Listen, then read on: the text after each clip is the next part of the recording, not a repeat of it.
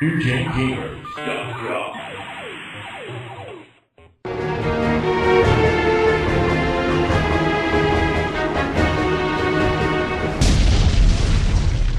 But we see at the launch of the Coleco 12 titles and an additional 10 by the end of the year. This one's brutal. Is it? Awesome, man. So, but by Christmas of '82, from August to Christmas, we see a 500,000 units sold. You know, and at the time, you know, the main competitor at this point was the Atari. You know, and one of the interesting things about the Coleco is it had a I want to say this Atari 2600 capabilities. You know, you could play your Atari 2600 games. That expands the library. Well, so they created an adapter for it. Yes, and that's what I said eventually. And we will get to talking about that adapter. But that, you know, that when anytime that you can, and we saw this a lot in this first generation, the Atari being the big one to come along first. You know, everyone wanted to play the Atari games on their console. That just expands the library by so much.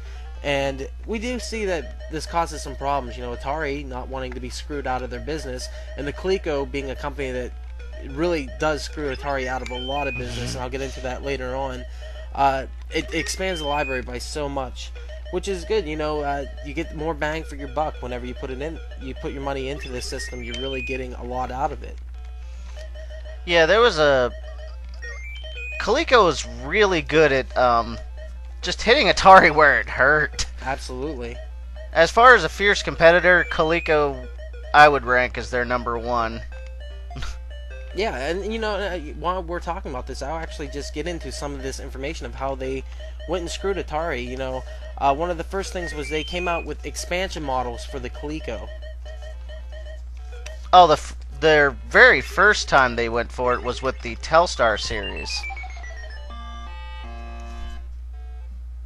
Atari was kind of cornering the home market with their home Pong, and Coleco started making different versions of.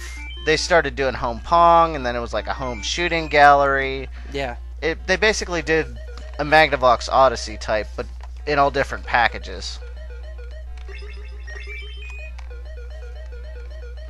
And then after that was the ColecoVision.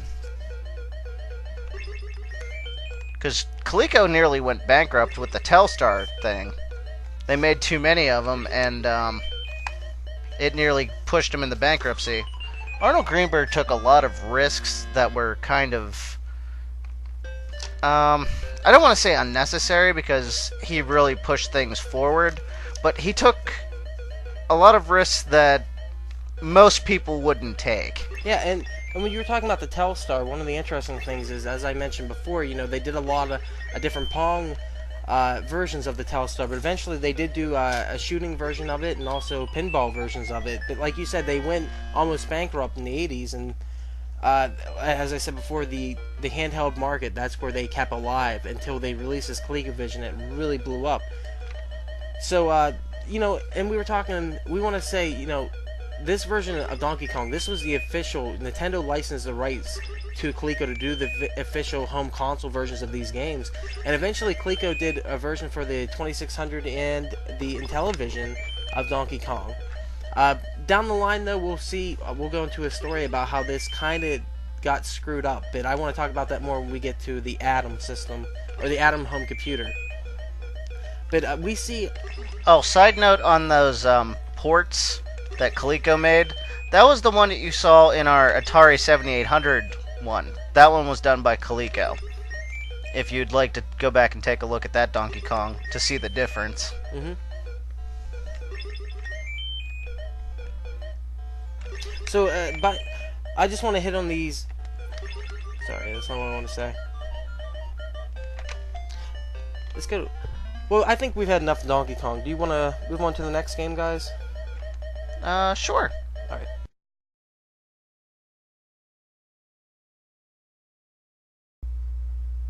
Let's go looping. Pick your skill level, You right? see at the beginning of most of these games, you pick your skill level, so you didn't have the switches like the Atari did for picking difficulty levels, but you could pick them mostly set on the cartridges. Done, And Ray. you see Straight up, that Ray works. Defy flying gravity. up. Defy gravity. Take out that balloon. I guess I call it looping for a freaking reason. No doubt. And there's the end off to the left. If you can make it like that far, you win. That's what I've learned so far. Nicely done, Ray. Okay, so as Ray commits suicide multiple times here, let's talk about this system itself. Kamikaze looping, as it's known. Yeah.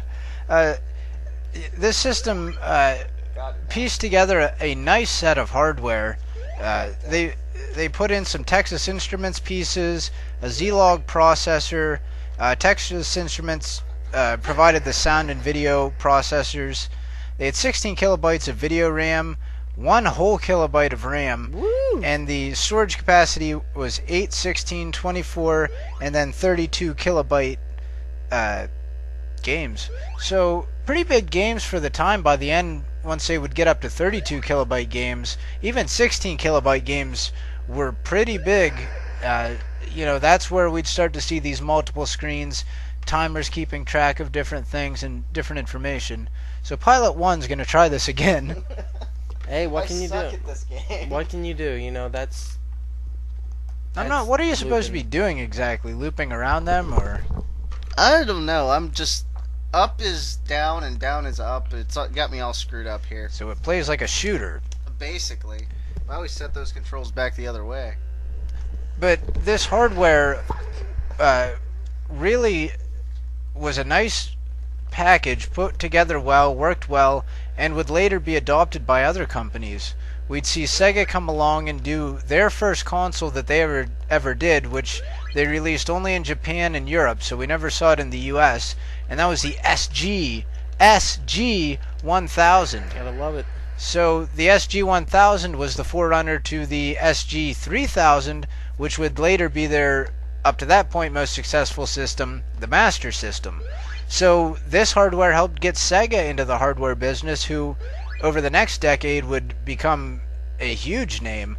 And it was used one other time, if you want to tell us about that, Duckle,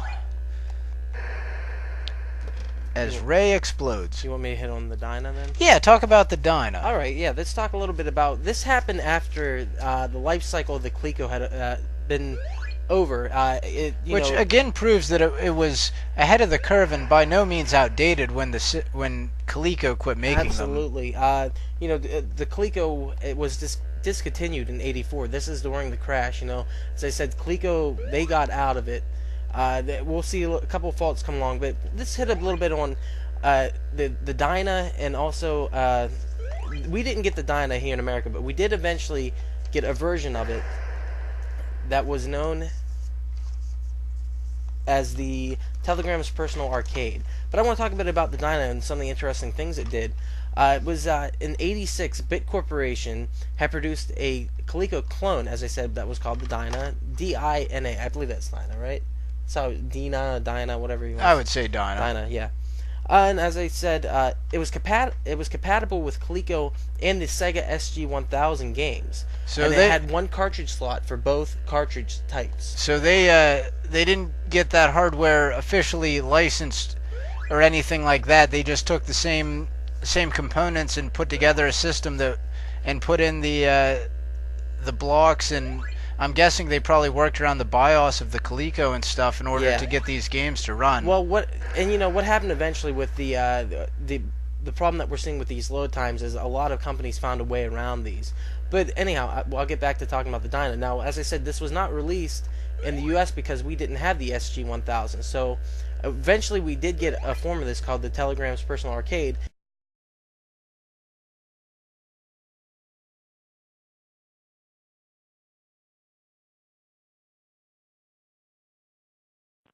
Now, on your breakfast table, Donkey Kong brand cereal. Porky Bear's a fun for breakfast. Donkey Kong cereal. Sweet, crunchy corn taste will drive you ape. You love the crunch. Donkey Kong cereal. Porky Bear's a fun for breakfast. It's part of this complete breakfast. Donkey Kong cereal. You love the crunch. NewGenGamers.com